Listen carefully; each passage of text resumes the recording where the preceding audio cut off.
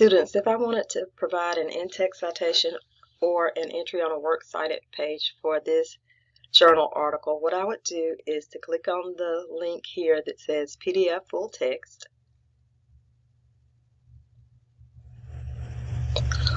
Once that page comes up, I would then use the icons to the right of the page here, if you see my cursor, and I would go to the one that says Cite.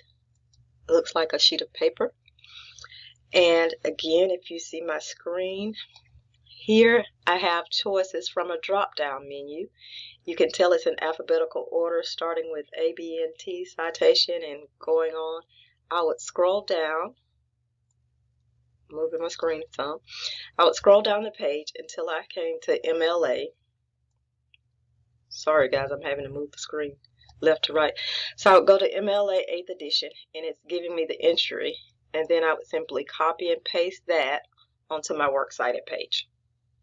So that is how you use the citation generator that is built into Galileo. Again, once you pull up a journal article in Galileo,